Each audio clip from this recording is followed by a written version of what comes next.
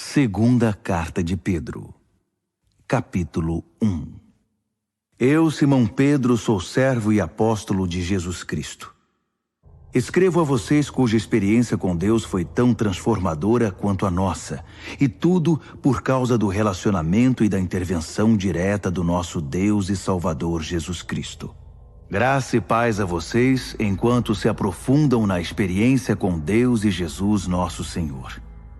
Tudo que diz respeito à vida que agrada a Deus nos foi dado milagrosamente quando tivemos permissão de conhecer pessoal e intimamente aquele que nos chamou para Deus, a melhor convocação que já receberam.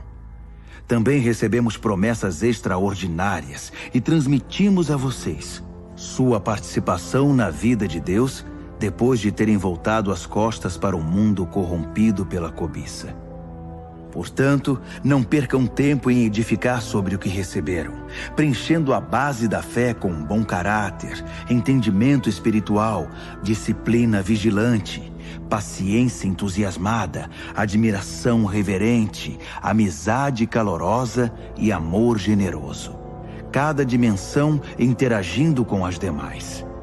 Com essas qualidades ativas e aperfeiçoadas em sua vida, a grama não vai crescer debaixo dos seus pés. Nenhum dia passará sem sua recompensa, enquanto vocês amadurecem na experiência com o Senhor Jesus. Sem essas qualidades, vocês não poderão distinguir o que é certo e esquecerão que sua antiga vida pecaminosa foi totalmente cancelada. Então, amigos, confirmem o chamado de Deus a vocês, que foi escolha dele. Não abram mão disso. Façam isso agora e terão vida sobre um terreno firme, com ruas pavimentadas e o caminho aberto até o reino eterno do nosso Senhor e Salvador Jesus Cristo. Ainda que vocês conheçam toda a verdade e a pratiquem sempre, o prêmio é tão grande que não vou deixar nem por um minuto de chamar a atenção de vocês sobre o assunto. Esta é a tarefa de que fui incumbido, mantê-los acordados sempre. E é o que vou fazer enquanto viver. Sei que vou morrer em breve, o Senhor deixou isso muito claro para mim. Portanto, estou particularmente desejoso de que vocês tenham anotado tudo, para que depois que eu morrer, possam recorrer ao arquivo sempre que precisarem. Vocês sabem que não estávamos delirando quando apresentamos a vocês os fatos concernentes ao retorno do Senhor Jesus Cristo com poder. Afinal, nós comparecemos à pré-estreia. Vimos com os próprios olhos Jesus resplandecente com a luz de Deus, o Pai, enquanto a voz da glória majestosa disse: "Este é o meu Filho, marcado pelo meu amor e alegria da minha vida." Estávamos lá na montanha com ele e ouvimos a voz do céu. Não tínhamos nenhuma dúvida do que vimos e ouvimos. A glória de Deus, a voz de Deus. A palavra profética foi confirmada para nós. Vocês farão muito bem se não se esquecerem disso. É a única luz que vocês vão ter em tempos de escuridão, enquanto esperam o raiar do dia e o surgimento da estrela da manhã no coração. O ponto principal a ser lembrado é que nenhuma profecia das Escrituras é assunto de opinião particular. Por quê? Porque não é algo produzido no coração humano. A profecia resulta da ação do Espírito Santo, que impulsionou homens e mulheres a proclamar a palavra de Deus. Segunda de Pedro, capítulo 2.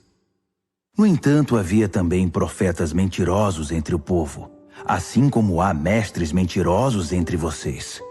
Eles provocam divisões destrutivas, jogando uns contra os outros, e como cachorros mordendo a mão de quem deu a eles a chance de ter sua vida de volta.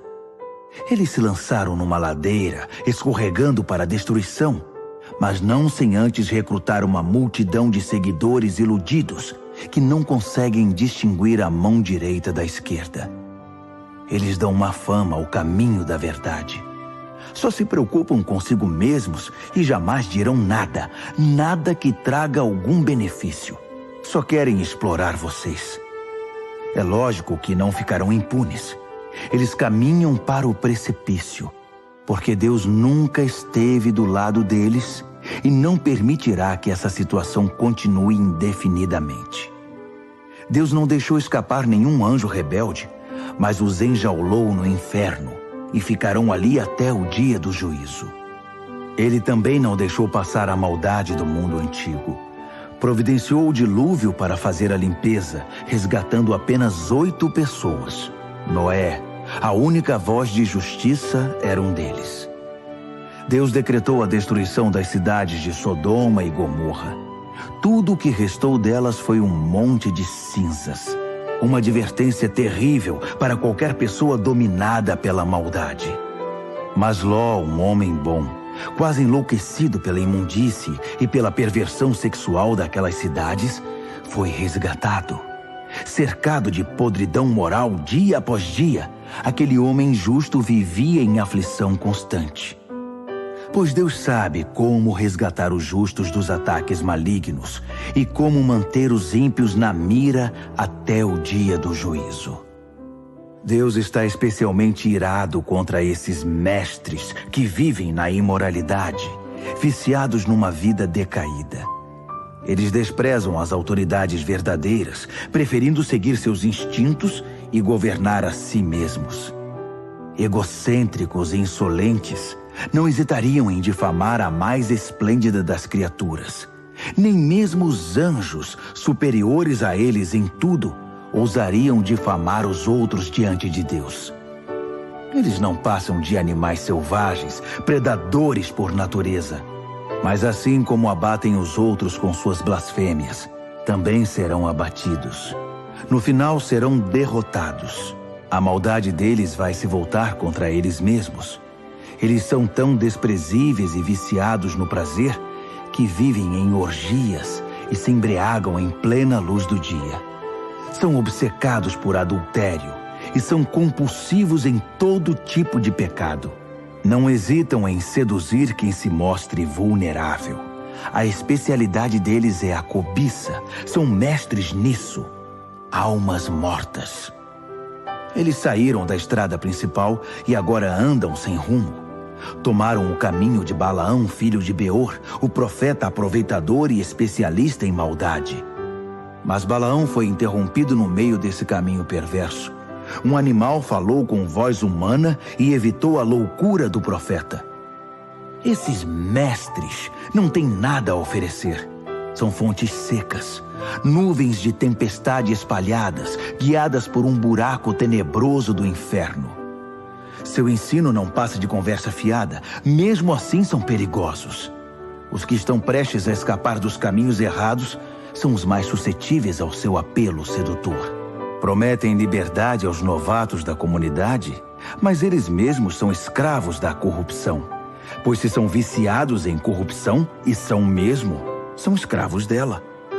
Se eles escaparam do cortiço do pecado depois de ter uma experiência com o Senhor e Salvador Jesus Cristo e escorregaram de volta para a velha vida, então a situação deles é pior que no começo. É melhor não conhecer o caminho de Deus que andar nele e depois retornar, repudiando a experiência e o mandamento santos. Eles comprovam o provérbio: o cachorro volta ao seu vômito. Ou o porco lavado procura a lama. 2 de Pedro, capítulo 3. Meus prezados, esta é a segunda carta que escrevo a vocês.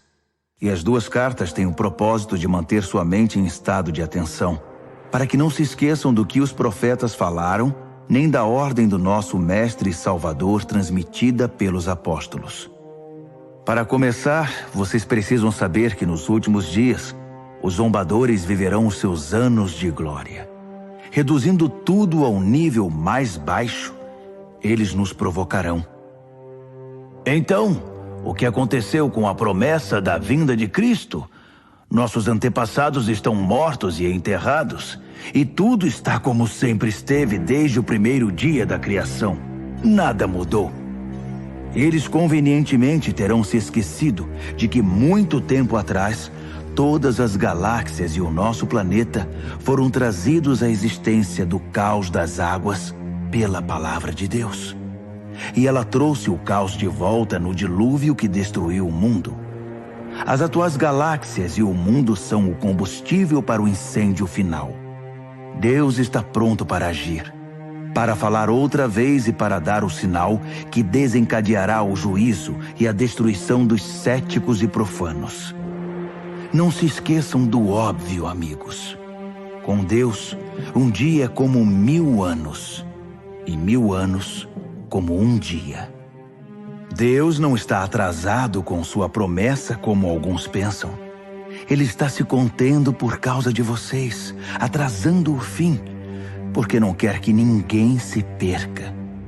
Ele está dando a cada um mais tempo para mudar. Mas quando o dia do juízo de Deus chegar, será sem anúncio, como um ladrão. O céu entrará em colapso com um estrondo ensurdecedor, e tudo desaparecerá num incêndio imenso. Neste dia, a terra e todas as suas obras serão expostas ao escrutínio do julgamento. Considerando que tudo que hoje está bem e amanhã poderá não estar mais, percebem como é importante viver uma vida santa? Esperem ansiosos pelo dia de Deus todos os dias. As galáxias vão queimar e os elementos vão derreter. Mas nós mal o perceberemos, porque estaremos de olho em outro caminho, na expectativa do prometido novo céu e da prometida nova terra, todos adornados pela retidão. Portanto, meus amigos, isso é o que vocês devem esperar, fazendo o possível para que sejam encontrados vivendo em pureza e paz. Interpretem a restrição paciente do nosso Senhor pelo que ela é: salvação. Nosso bom irmão Paulo, que é muito sábio nesses assuntos, refere-se a isso em suas cartas e escreveu a vocês essencialmente a mesma coisa.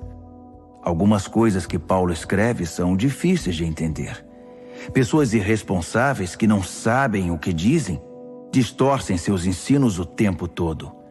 Eles fazem o mesmo com o restante das Escrituras, mas o prejuízo será deles. Quanto a vocês, amigos, estão bem advertidos. Fiquem atentos para que não caiam ou vacilem por causa desses mestres pervertidos. Cresçam na graça e no entendimento do nosso Senhor e Salvador Jesus Cristo. Glória a Ele, agora e para sempre. Amém.